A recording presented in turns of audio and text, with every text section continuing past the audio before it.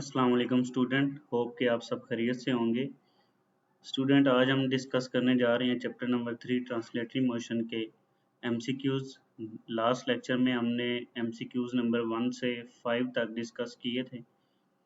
अब हम डिस्कस करने जा रहे हैं एमसीक्यूज़ नंबर 6 to 10।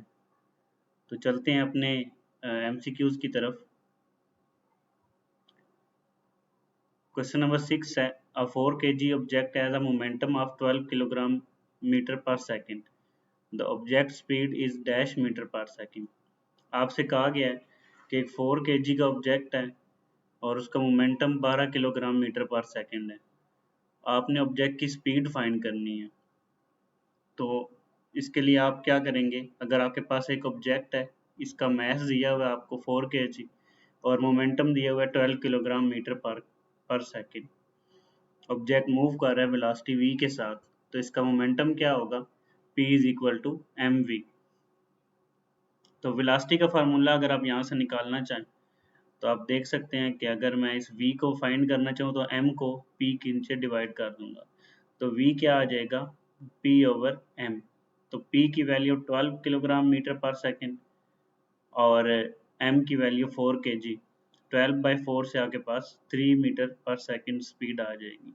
तो आपका जो राइट आंसर है वो क्या है, 3 और मीटर पर सेकेंड क्वेश्चन में गिवन है। क्वेश्चन नंबर 7 की तरफ चलते हैं। A bomb of mass 9 kg explodes into two pieces of mass 3 kg and 6 kg. The velocity of mass 3 kg is 1.6 meter per second. The kinetic energy of mass 6 kg is, यानी एक bomb है, उसका mess है 9 kg और उसकी velocity 0 है क्योंकि start में वो किस पे है, रेस्ट पे है।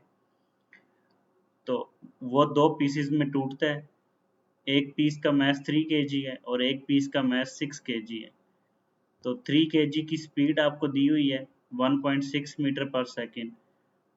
तो जो 6 kg का पीस होगा उसकी काइनेटिक एनर्जी आपने फाइंड करनी है।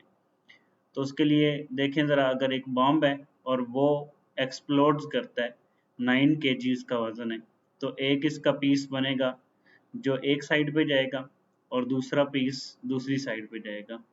तो इस पीस का जो मैस है वो फ़र्ज़ करें m1 है 3 kg और velocity v1 1.6 metre per second. अब जो दूसरा पीस है 6 kg वाला, वो बिल्कुल ऑपोजिट डायरेक्शन में जाएगा 3 kg वाले के, यानी m1 के ऑपोजिट डायरेक्शन में। इसका मैस m2 6 kg के इक्वल है और इसकी वेलोसिटी आपको नहीं गिवन। यहाँ पे v1 की जगह पर v2 आता है, ये मिस्टेक क्लियर कर लेना। तो v2 आपको गिवन नहीं है। तो अब आपको पता है कि अगर काइनेटिक एनर्जी फाइंड करनी हो तो आपने क्या करना होता है, kinetic energy is equal to 1/2 m2v2 square. क्योंकि आप सेकेंड जो है वो पीस की काइनेटिक एनर्जी फाइंड कर रहे हैं तो यहाँ पर 2 लग जाएगा। तो आपके पास m2 है लेकिन v2 जो है वो आपको गिवन नहीं है। तो पहले आप क्या करेंगे, v2 फाइंड करेंगे। उसके लिए क्या करना है, v2 अननोन है, तो law of conservation of momentum के मुताबिक बम का जो इनिशियल मोमेंटम है वो बम का फाइनल मोमेंटम, यानी बम एक्सप्लोड करने से पहले का मोमेंटम एक्सप्लोड करने के बाद का जो टोटल मोमेंटम है उसके इक्वल होगा।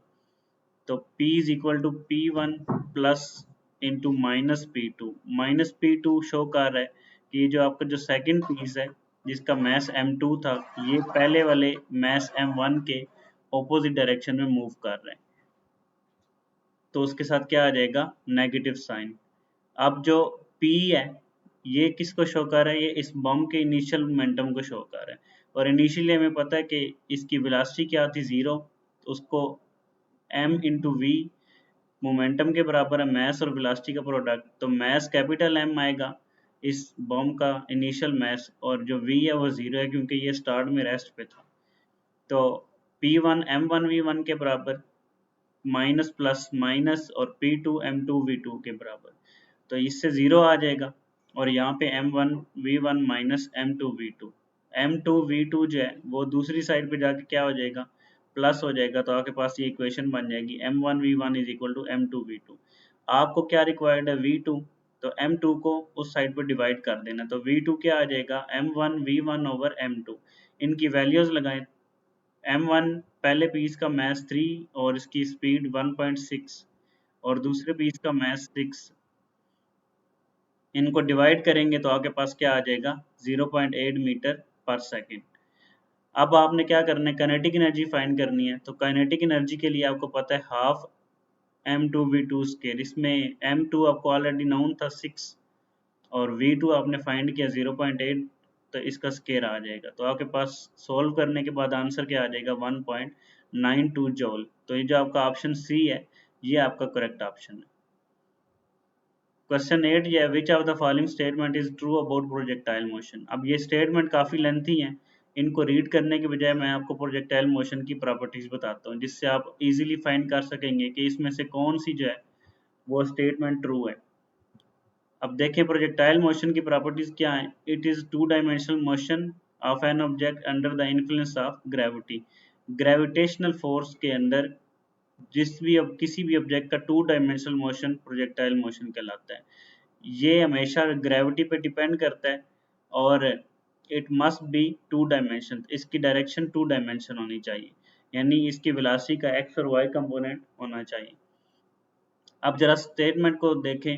प्रोजेक्टाइल मोशन फर्स्ट जो है, projectile motion is the motion of object projected vertically upward into the air and moving under the influence of gravity.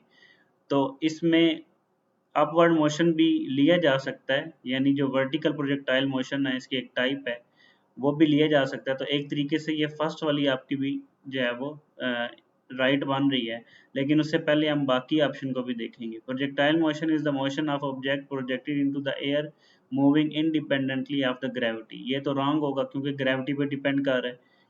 Projectile motion of an object projected into the air and moving under the influence of gravity.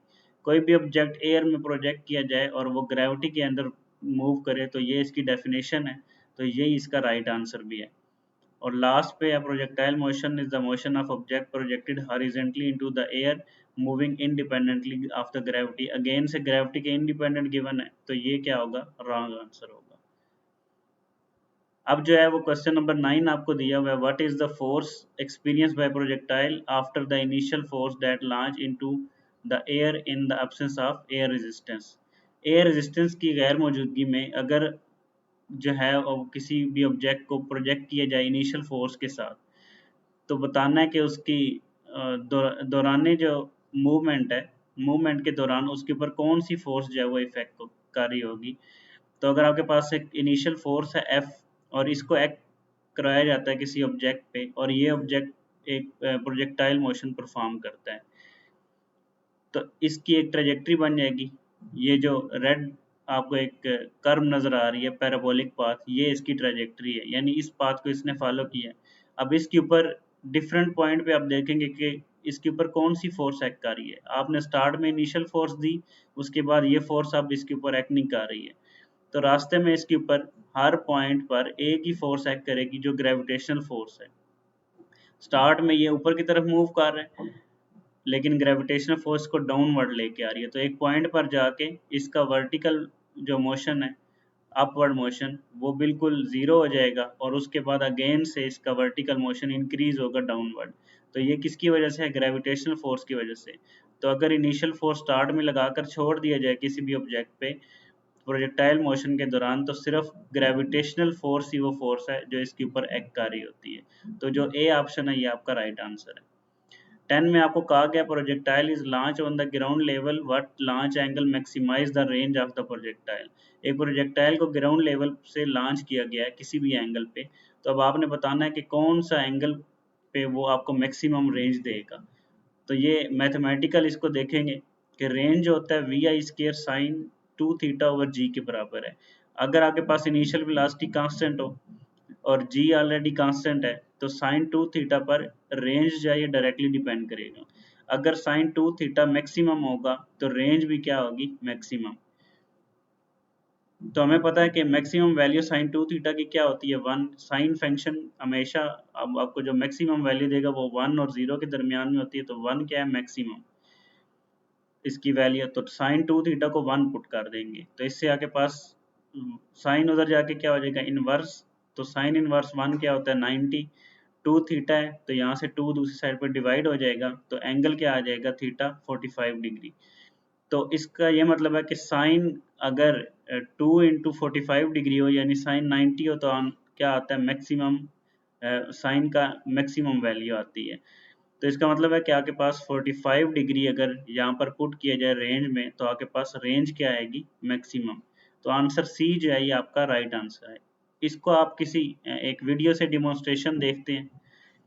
अगर आपके पास एक cannon है उसको throw किया जा रहा है different angle पे, तो ये देखें सबसे पहले हमने 75 डिग्री को सेट किया तो आपके पास एक रेंज आई यहाँ से लेकर यहाँ तक। उसके बाद इसको 55 डिग्री पे सेट किया गया है। 55 डिग्री पे जब इसको लॉन्च किया जाएगा तो आपके पास थोड़ी सी रेंज इंक्रीज कर जाएगी। इसके बाद 45 डिग्री जो हमने क्लेम किया है कि ये मैक्सिमम रेंज देता है, इसके ऊपर आप इसको फायर करेंगे तो ये आपके पास उससे भी आगे रेंज आएगी। अब अगर आप इससे डाउन जाते हैं 45 से और एंगल को डिक्रीज करते हैं तो अब आपके पास इससे ज़्यादा रेंज इंक्रीज नहीं करेगी। ये हमने 25 डिग्री पे देखा तो रेंज क्या हो रही है डिक्रीज हो रही है। तो इसका मतलब ये है कि मैक्सिमम रेंज आपको सिर्फ 45 पर ही मिलेगी, और अगर उससे ज़्यादा या कम एंगल होगा तो रेंज क्या हो जाएगी डिक्रीज हो जाएगी। तो आंसर सी जो है ये आपका राइट आंसर है। तो ये आपके 6 से 10 तक MCQs हैं चैप्टर नंबर 3 के। होप कि आपको अच्छी तरह से समझ आ चुके होंगे। अगर कोई भी क्वेश्चन है इन MCQ से रिलेटेड तो कमेंट सेक्शन में ज़रूर पूछेगा। Thank you so much. Allah हाफिज़।